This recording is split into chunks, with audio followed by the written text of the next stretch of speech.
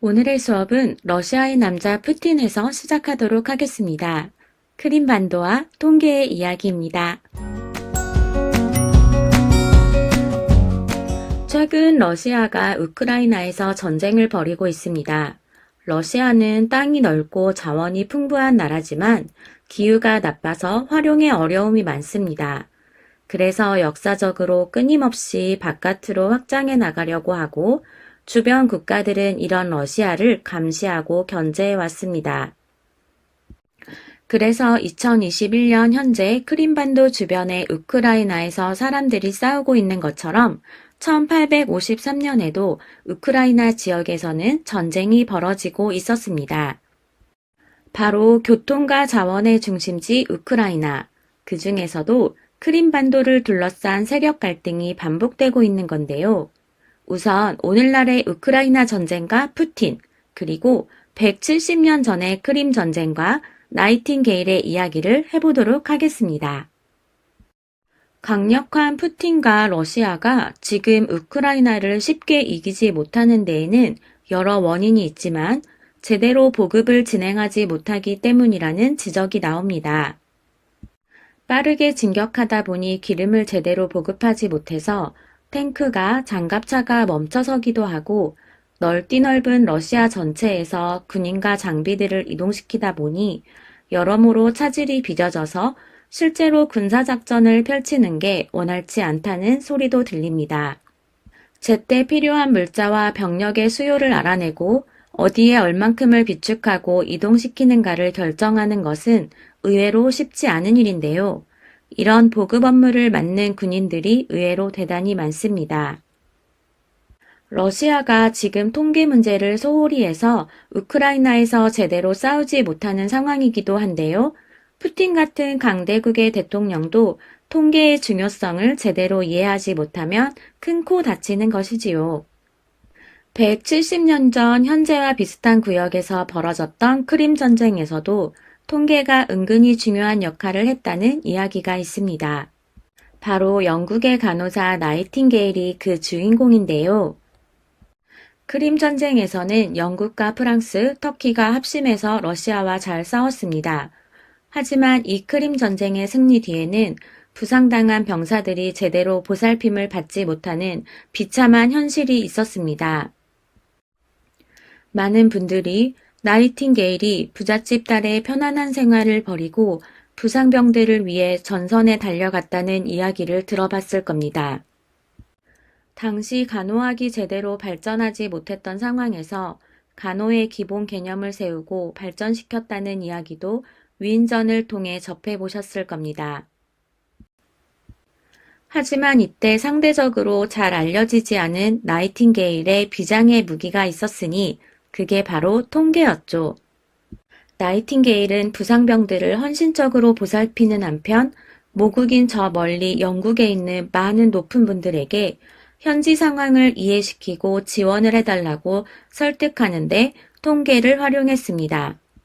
제대로 간호를 받으면 부상병들의 사망률이 대단히 줄어든다는 점과 언제 어떻게 어떤 지원이 병원에 이뤄져야 적절하게 의사, 간호사, 병원이 제 역할을 다할 수 있는지를 쉽고 간단히 보여주기 위해 통계를 활용했습니다. 통계 그 자체는 쉽지 않지만 통계를 제대로 잘 만들면 길고 복잡한 문서보다 이해가 쉽고 쏙쏙 들어오는 간단한 자료를 만들어낼 수 있습니다. 나이팅게일은 낮 시간 내내 간호로 바쁜 시간을 보낸 것도 모자라 늘 틈틈이 등불을 들고 야간 병실을 돌아보면서 상황을 챙겼다고 합니다. 그런 한편 밤 늦게까지 자료를 챙기고 멀리 영국 본토에 앉아 있는 분들에게 보다 더 간단하고 설득력 있는 자료를 제시하기 위해 통계를 정리하곤 했던 것입니다. 이에 따라 과거에는 전쟁터에서 사망하는 주요 이유가 부상 그 자체라고 막연히 생각했던 것에서 제대로 간호를 받지 못하고 방치되어 감염 내지 불구가 발생하는 피해가 훨씬 더 크다는 점이 새롭게 상식으로 자리 잡을 수 있었습니다. 이렇게 발전하기 시작한 통계 그래프가 바로 장미 그래프라고 하는데요. 원 모양으로 자료를 정리하면서 장미와 같은 둥근 모양과 비슷하다는 이야기가 나와 이런 변명이 붙었다고 합니다. 나이팅게일이 바로 이런 일정한 비율 그래프를 본격 사용하기 시작한 초창기 인물로 꼽히고 있습니다.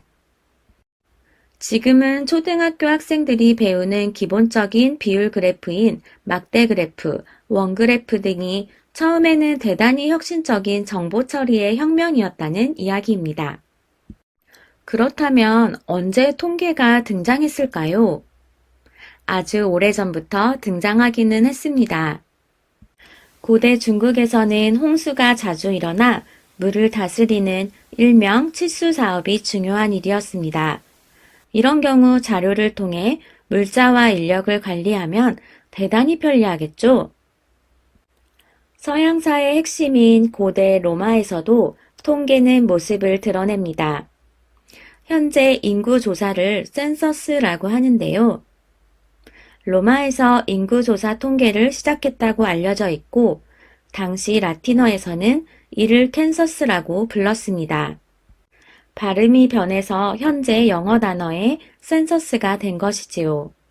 서쪽으로는 스페인에서, 동쪽으로는 멀리 터키, 이란 부근까지 뻗어 있는 대제국을 건설하고 운영하면서 로마인들은 인구와 물자의 조사와 관리 필요성을 느낍니다.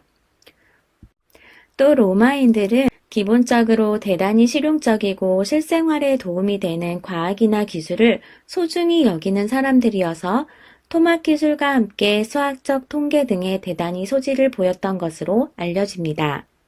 이런 기술은 고대 로마나 중국이 멸망하고 다른 나라들이 들어서면서 일정 부분 잊혀지기도 합니다. 그러나 기본적으로 그 필요성에 대해서는 후세 사람들의 관심이 이어지는데요.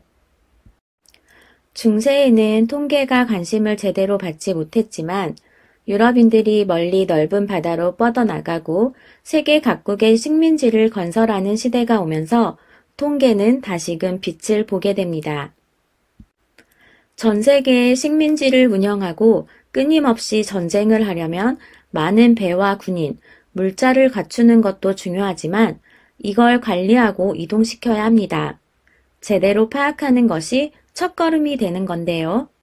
그래서 영국인들이 특히 기초적인 통계 활용의 필요성에 관심을 갖게 되고 아까 말씀드린 나이팅게일처럼 이를 적극적으로 활용해 정보화하는 것이 가능했던 것이죠. 영국뿐만 아니라 미국에서도 통계는 엄청 소중하게 활용되고 발전하게 됩니다. 수학의 한 부분에 불과하던 통계가 독립학문으로 취급되고 엄청나게 발전하게 된 것은 바로 제2차 세계대전과 미국의 군사활동 때문인데요. 엄청난 수의 군인과 군함, 비행기, 물자들을 관리하려면 지금 당장 숫자를 세어보자라는 식으로는 도저히 접근할 수가 없었다고 합니다. 가진 게 너무 많다 보니 정보의 관리를 포기하게 되는 웃지 못할 상황이 된 것이지요. 그래서 그때그때 언제 기준으로 어떤 결과가 갖춰져 있는지를 제한적이나마 정확히 파악하는 게 중요하다는 점에서 통계 활용이 강조됩니다. 전쟁이 끝난 뒤 세계적으로 통계학이 관심을 받게 되고 별도의 전공으로 더욱 발전하게 되는 바탕엔 이 같은 뒷이야기가 숨어 있는 셈입니다. 어찌 보면 인간 세상이 작은 부족 국가의 틀을 넘어서면서부터 통계의 필요성은 싹트고 늘 그 생명력을 갖고 있었다고 할 수 있습니다.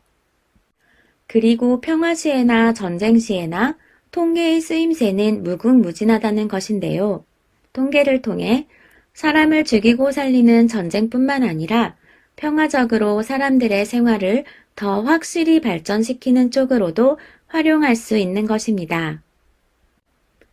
우리나라 쪽으로도 고개를 돌려보면 자료의 통계 처리를 통한 간단하고 정확한 활용 사례가 없지 않은데요.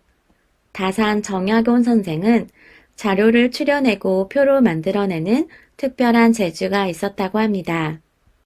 과거에는 두루마리 종이에 어느 고을에서 어떤 세금을 걷었는지 날짜별로 정리하곤 했습니다. 세금의 품목 자체가 많고 고을도 많고 또 매번 기한을 넘겨서 추가 세금을 징수하기도 해서 기록이 대단히 복잡하게 엉키곤 했지요. 어느 날 정약용은 이 몇 수레분의 자료를 출연해서 종이 한 장에 담았다고 하는데요. 마을별로, 세금별로, 좌우로 분리, 자료를 표시해 도표화해 냈다고 합니다. 지금으로 따지면 통계 혹은 엑셀 파일 같은 정리 방법을 머릿속으로 궁리에 활용해낸 사례라고 할 수 있습니다. 어떠셨나요?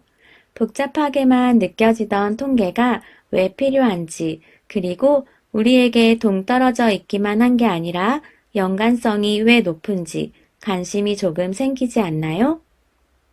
자세한 통계를 배우면서 이런 이야기를 종종 떠올려 보면 좋겠습니다. 그럼 다음 시간에 또 만나요. You always find me here